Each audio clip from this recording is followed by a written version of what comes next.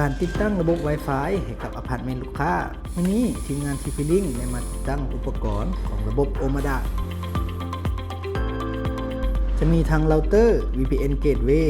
เครื่องขยายสัญญาณที่ใช้ได้ทั้งภายในและภายนอก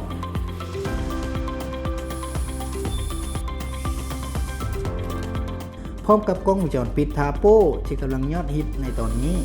ลูกค้าเลือกติดเป็นแบบ1เลนและ2เลนตึกใหญ่มีหลายชั้นหลายห้องเน็ตบ่ทั่วถึงจัดการได้ด้วยระบบเดี่ยว Omada Wi-Fi